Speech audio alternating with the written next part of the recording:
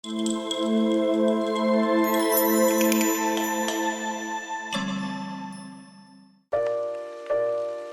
going on, everybody? You are live with Osiris, and welcome to Feel Good Happiness. Thank you all so much for taking the time out of your day to tune in to today's episode. It is such a pleasure to be able to do this for you all weekly, be able to provide such insightful information, and overall provide you with feel-good material.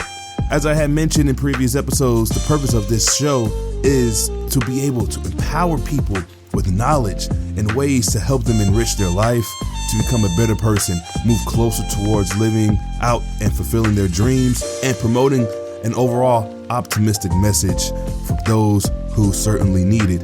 You know, in a world where we live, where the grind has to be sustained at a high level in order to put food on the table for your family or for yourself or for those who you care for, in a world where it is full of pessimism and full of vampire energy suckers or people who latch onto you like a leech, we need to circumvent that and ensure that the message that we are putting out, to me, when it comes to valuing anything, we must value our time. Time is of the essence, everybody. So before I get started with this episode, I'd like to provide a fun fact. I was scrolling through the internet and silly me scrolling through the internet, believing everything you hear on the internet. I guess the internet must be correct about it, right? Yeah, well, maybe not, but who knows? Who cares? This is all in fun, but I wanted to provide a quick fun fact for you all because this kind of caught me way off guard. But apparently, Australia is wider than the moon? Say what? Check this out. The moon sits at 3,400 kilometers. That is approximately 2,113 miles in diameter, while Australia's diameter from east to west is almost 4,000 kilometers, which is about 2,485 miles. How about that, right? We look at the moon at night, especially when it is in its full moon setting, and those who live in Australia are like, yeah, we're bigger than the moon in diameter anyway. The things that you find on the internet is quite interesting. But anyway, now that I have that out of the way, I wanted to give you all a brief message. Stay the course. Stay strong. Stay with it. This journey, man, it's a long journey. There is literally no timeline as to when you are going to see that gold at the end of the rainbow. There's no telltale sign as to when you are going to feel that satisfaction that you made it.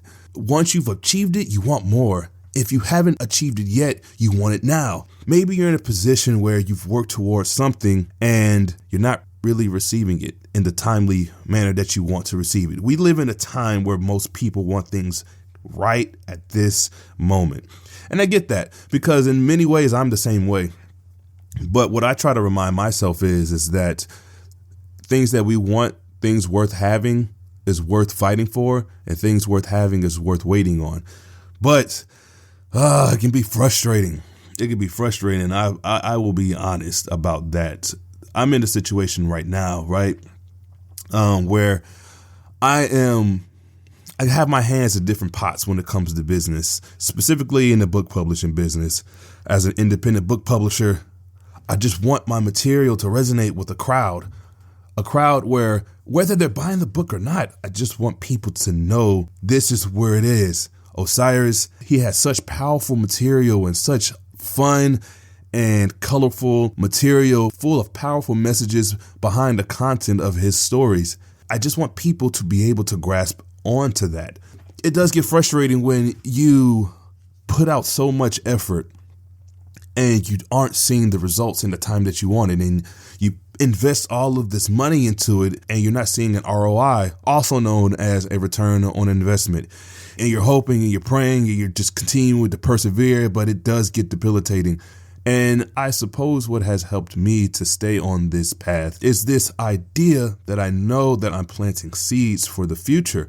And I am also helping other people achieve their goals and their dreams when it comes to this book publishing world. Now, for me personally, I have these goals of wanting to have my star on the Hollywood Walk of Fame. I want to be a filmmaker and a film producer and be in the world of making movies. Right now, I'm in the business of media, and that is amazing. In the military, I'm in the business of finance. That has been amazing. I came from the world of medical. That was amazing. But at my core, at my heart, I want to be able to live out my artistry and be able to be paid for doing that. Thankfully, I am on that path and have been on that path with my media and my books. And that has landed me an incredible amount of gigs and speaking engagements and opportunities. I'm fortunate and so grateful that I have been invited by the director of the San Francisco's Writers Conference that's going to be taking place in February. And that just came because I continued to stick with my journey and stuck with the plan that God had in motion for me. I say all of that not to keep the attention directed on me, but I'm using me as an example for you to know that he's continuing on this journey. It's been a beast, man, balancing out being a husband, being a father, being full-time in the military, also operating my own independent book publishing company, running my own brand, and then creating a television show, and also doing this podcast. And one thing I would say that I certainly feel has been a benefit is laser focus on one asset. A few business people had told me maybe part of the issues that one person is having is that they are trying to do so many different things instead of just focusing on one path. Sometimes you're so ambitious, you want to do so many different things. And that's the point that I want to make, is that maybe your hands are in so many different cookie jars. You want all of these different flavors when maybe you should just focus on one thing. And so I encourage you all to focus on you as well. Know what the primary source of your income is. Know what your primary roles and responsibilities are, and then create a plan around that so you can still focus on you. But don't try to put your focus on too many different things because you'll begin to get derailed. I'm continuing to do this show because I do feel that there is some substance behind it. Down the road, I would love to be on a TED Talk and be able to encourage the world to be able to follow their dreams and live in their purpose. But you got to stay the course. You have to stay with it.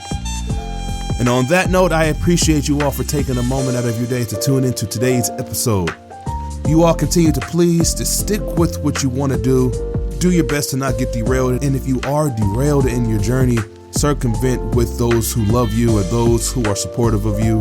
Whatever it is that you are focused on, you need to have a circle of people who are doing what you're doing. Because no matter what, that crowd of people, whether it's in person or it's in social media or wherever the group is, they can help you stay in the game and stay locked in. But hey, that's all I got for you all. Thank you all again for your time.